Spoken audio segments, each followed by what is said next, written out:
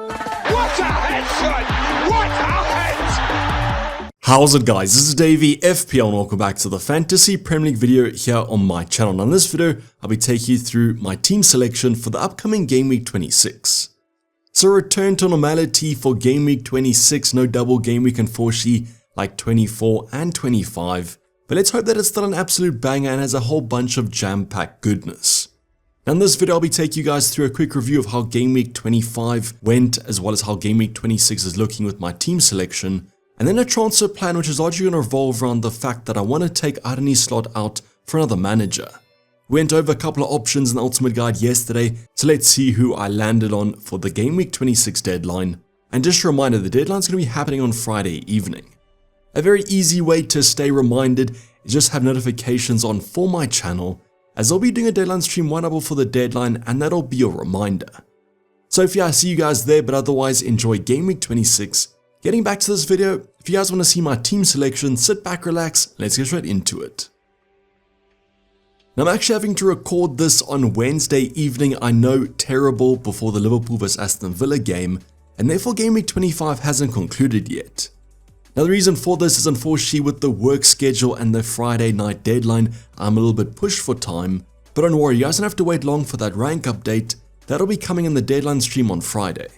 So thought would come for me tonight are going to be Arnie Slot, Trent plus Salah, and to be honest with you, I think the rank is probably going to stay the same, currently on a green arrow to 222k. So 58 points currently before the Liverpool vs Aston Villa game, and as mentioned, I'm expecting the rank to stay pretty consistent as everyone owns Trent, everyone captains Salah, and I kind of feel like Arnie Slot will make up for the points lost by Ollie Watkins and Rodgers.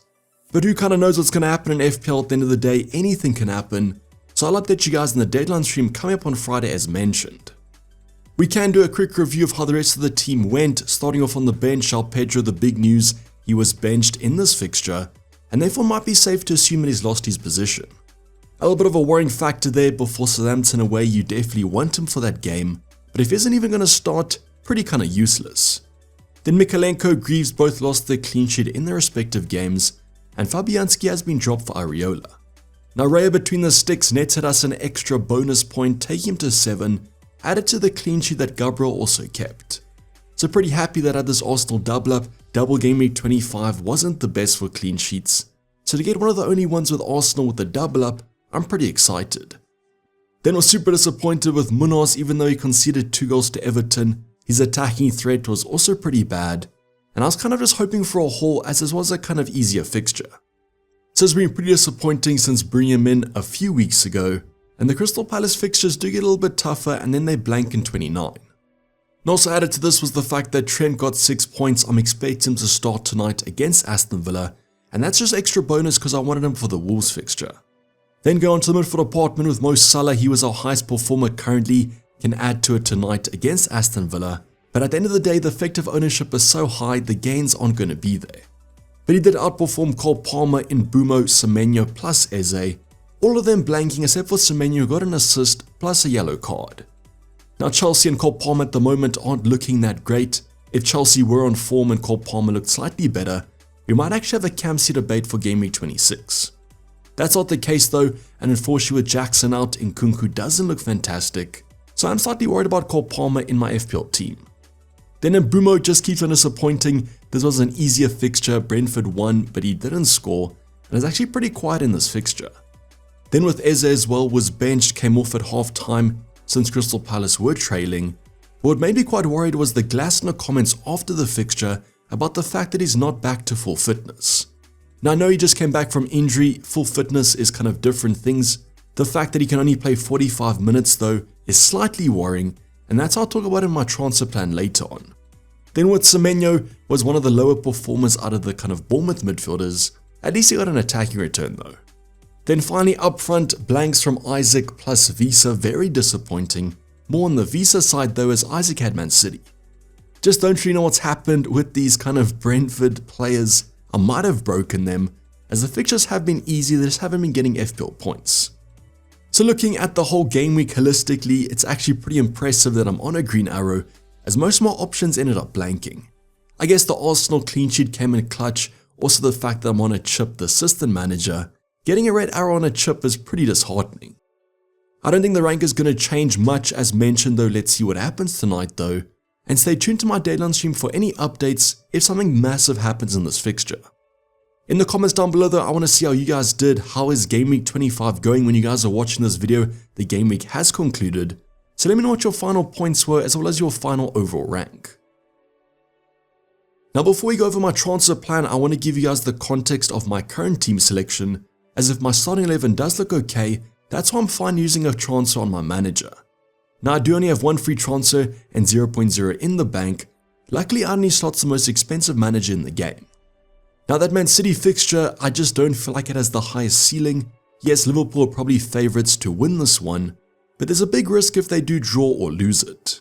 So that's why going for maybe an easier fixture like an Arteta versus West Ham might be the play, or going for that kind of positional boost that someone like a Crystal Palace or a Leicester have. But if your guy's starting 11 doesn't look great and you have to use a transfer on your players, I would just keep Arne Slot. It's not worth a -4 out, a pretty low ceiling in terms of the fixture projections. Now on the bench I've got Fabianski, kind of a no-brainer. I'm actually starting Raya, who has the same fixture. Arsenal definitely the better one, West Ham at home.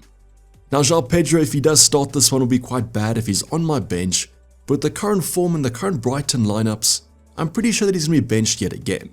All eyes though on the Brighton manager's press conference, as if there's any indication that he does start, I probably will have him. Just have to decide who to bench from the starting 11. Then Mikalenko, Greaves, no-brainer, pretty tough fixtures there, although Everton probably have a higher chance of a clean sheet than some of my other starting 11 defenders. Already spoke about Raya, the highest clean sheet chance, 52% from the ultimate guide. Pretty happy to see that as I've got the double up. Now Trent versus Man City, I'm kind of hoping here for attacking threat, as Man City are projected to score. Who kind of knows though, but in these fixtures always have a few goals in them. Now what you guys want to see tonight is that if Trent gets subbed early, otherwise he might be benched for this one. Just depends on how Arne Slot sets up, might be the more defensive Connor Bradley. At the moment though, no reason to kind of bench him. I guess if he's benched for the entire fixture, Mikalenko comes off the bench.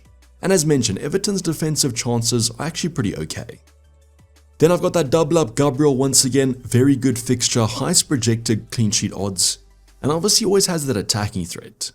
Then combined with Munoz, that attacking threat is once again going to have to be there. Fulham away is a very tough fixture, but if I do go for someone like a Glasner, I'm hoping that Crystal Palace win this one. Now let's hope that is going to be with a clean sheet, but it might not be, just as long as Munoz gets an attacking chance then. Then midfield department, currently still going to be on Mo Salah in terms of the armband. I just don't really favour any of my other options. You're either going for a player like a Cole Palmer against Villa, tougher game, out of form. I'd rather just back with Salah, even though Liverpool aren't playing that well, Salah's still getting those attacking returns. So yes, I'm going to be going boring this fixture. I might even be going more boring with my kind of assistant manager transfer. Stay tuned for that one. Then Mbeumo against Leicester, probably the best fixture in my starting 11. I just don't really trust them after the recent blanks. Maybe if his form was slightly better, I might be opted for the differential captain, but at the moment going for the safer Salah. Semenyo also an option against Wolves, that should be a good game for Bournemouth. I was quite impressed with them though against Liverpool. I guess it's just going to be another week of hoping Semenyo outperforms Dango and Kluivert. Fingers crossed that actually happens. Then the final option, Eze, already touched on those comments after the fixture. There are worrying signs, as if he's going to be benched once again, I'd probably just play João Pedro, but if he doesn't play, might be worth taking Eze out. So let's see what happens in the press conferences. What I would like to see is Eze train the entire week, as theoretically then he should be fine for about 60 minutes. Is a wait and see though, but if João Pedro is going to start, I don't mind kind of benching Eze, as Brighton definitely have the better fixture. Then finally up front, you guys know the two players. First of all, Isaac, tougher game, Nottingham Forest. I'm hoping it's the Nottingham Forest defense that conceded a few goals a few weeks ago. Probably won't be, probably going to park the bus a bit against this Newcastle attack, but I still feel like Isaac can score, even though the form has dipped slightly. Then finally Wiese against Leicester. If he doesn't score here, I don't really know what to make of this. Definitely the best fixture on the cards, even though it's the early kickoff. I don't know if the early kickoff counts if it's a Friday evening deadline though, but let's just hope Brentford score a ton of goals. Having Mbeumo and Wiese is kind of the reason I'm not going to go for someone like a Ruud van Nistelrooy, as it kind of contradicts my starting 11, as I'm hoping that Brentford absolutely win this fixture. That's where you guys can be slightly more kind of differential if you want to. If you don't have Brentford coverage, you can go for Ruud as your assistant manager, and then just hope that Leicester pull off a draw or a win. But on reflection of the starting 11, Eze might be the only concern with that one free transfer, otherwise it looks like I might be taking Arne Slot out. You guys can post what you think I should do in the comments down below before I go over my transfer plan. Just a reminder, one free transfer and 0.0 in the bank. Now going on to the transfer plan for the upcoming game week with that one free transfer, as mentioned, the only concerning player is going to be Eze. Just to reiterate what I said, Glasner came out and said that Eze is not fully fit and therefore that's why he only played 45 minutes. A very worrying sign as I want him to play about 90. Now the only thing about Eze out is the replacements I want to go for potentially. This might be Nkunku, but I want to see one more week from him. And all the replacements I also want to go for have tougher fixtures this week. So that's why it might just be worth it prolonging this for a little bit of a game week, and then taking Eze out once I have that free money from the Arne Slot out. So if you guys don't know, obviously when your assistant manager chip expires, you get the money back in your account, and that's going to boost that price up by 1.5 million. That allows some more transfer routes to potentially go for, some more options, so that's why just keeping Eze for one more week might be advantageous. Even if João Pedro looks like he's going to start against Southampton, I might just bench Eze this week, and that's why I do prefer to use an assistant manager transfer. Now unfortunately, because I am recording this on Wednesday evening, there's a little bit of a caveat in terms of Glasner, and he's my number one slot replacement. Now if Villa do beat Liverpool tonight, they do go above Fulham, and that drops Fulham to 4 places above Crystal Palace. So now you no longer get that kind of boost from the positional advantage, and that would eliminate Glasner from my selections. So what you guys see on screen is that if Aston Villa do lose or draw to Liverpool tonight, Glasner is my favourite replacement for Arne Slot. I just feel like even though the ceiling might not be as high in terms of these kind of underdog fixtures, probably my favourite against Fulham away. Now of course with FPL anything can happen, so let's say Aston Villa do beat Liverpool tonight. There's 2 options, the safe option and the underdog option. Now I spoke about being boring going for the Salah captain, I might even be more boring and go for Arteta, definitely the best fixture out of the big hitters. So I do expect Arsenal to beat West Ham even though they've got a lot of attacking injuries, so this could be a very like-for-like switch at 1.5 million. So yes, the boring option, the underdog option is to go for McKenna. Ipswich are hosting Spurs at home. So very important there, it's a home fixture and that's why I do prefer him slightly over these other options. But you guys can also go for Ruud van Nistelrooy if you want to as the Leicester manager. So once again, these 2 options are if Aston Villa do win tonight. Otherwise, I'll be going for Glasner from Crystal Palace. You guys can let me know in the comments down below which of these managers do you guys prefer. If you guys are doing your own manager transfer, who are you going for? Ton of variation for this last kind of week. But as mentioned though, catch the final team selection on Friday, 1 hour before the deadline. Have those bell notifications on so you get notified when I do go live.